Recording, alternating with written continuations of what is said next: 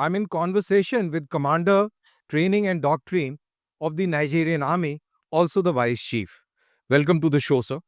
Thank you very much for having me. How has been your stay in Delhi, sir?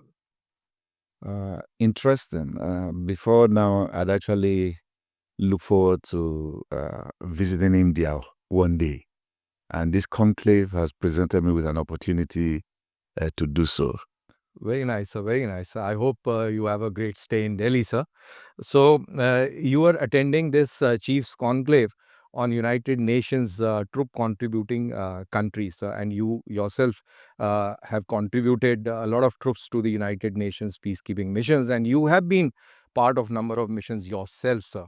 So, how do you look at this conclave, wherein how does such conclave further the mission of peace? The conclave of chiefs, as initiated by the Indian Chief of Army Staff, is coming at a very good time.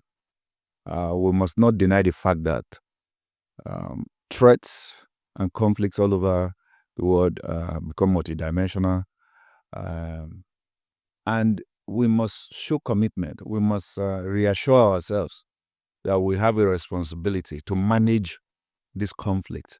And part of that is to come together as brother under one umbrella, the blue helmet, and then reinforce our training approaches, as well as look at areas where the United Nations itself as an organization maybe going through their partners, to ensure that we have a more sustainable approach to effective peacekeeping operations. Absolutely, sir. And if I may ask, sir, Nigeria is presently contributing to which all missions? Nigeria is currently contributing to the ECOWAS Security and Stabilization Mission in Guinea-Bissau. We are currently in the Gambia. At the moment, we have some troops in United Nations Security Force in Abyei, South Sudan. We have a couple of officers and staff across the world in various peacekeeping missions as ONMO and then staff officers. So, absolutely. In fact, coming to Africa as a continent, you just mentioned about Sudan. So, in your way of looking at things, what are the challenges the UN peacekeeping missions face in the present contemporary environment? With my own experience, I had the privilege of commanding a battalion under the United Nations African Union Hybrid Mission in Darfur. And I must tell you, it was a Chapter 7 mission, but I received firsthand, I felt firsthand some of the intrigues of the United Nations as an organization deploying in the field. And sometimes the lines are actually blurry. We want the United Nations to do a little more in supporting peacekeepers to execute their roles in the field. So, going ahead with the challenges further, sir, now in this modern era, we have got a lot of information, fake information, false narratives. So, this must also be coming as a great challenge to the peacekeepers, sir?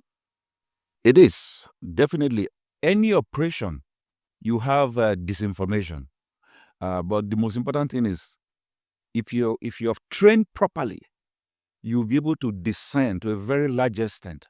You'll be able to distill this information and then act accordingly. Where you are in doubt, please seek clarifications so that one lack of information somewhere, disinformation does not lead to some collateral damage. I would say information will continue to be a challenge in Absolutely. operation. So,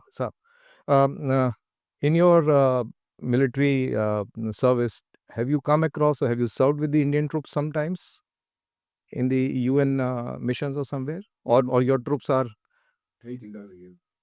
Sorry. Come again? Yeah, I said that in your military service and in your experience with UN at different places, have you interacted with Indian troops, your troops, Indian troops? Have they served together? Any such experience that you have?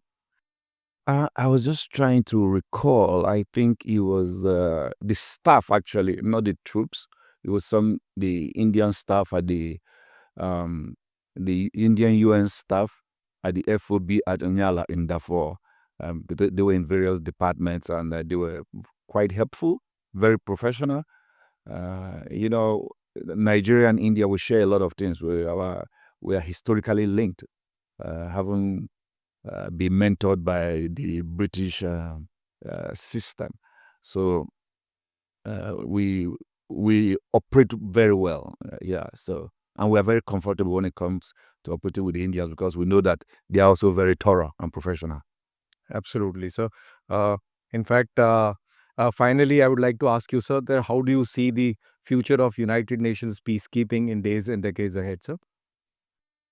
Well, I believe there is hope, and the fact that there are challenges now does not mean we should begin to look at the future and say uh, whether we won't go ahead with it. No, the future of the United Nations is good. We just need to adapt to some of these challenges that are coming up, and then also adopt new methods, if you like, methodologies to overcome them. That is a fact. Some of these we have to live with these challenges. Every generation has a challenge, and it is for us to keep training, to keep deepening our capacity to respond to whatever there is. Because, as Sean McFight will put it, that we are currently experiencing what they call durable disorder. Absolutely, sir. And sir, wish you all the best for your Delhi stay further, sir. And thanks for giving very candid replies to some of the challenging questions being faced by United Nations peacekeeping missions, sir. So this was Vice Chief of Nigerian Army, very candid. Thanks for watching.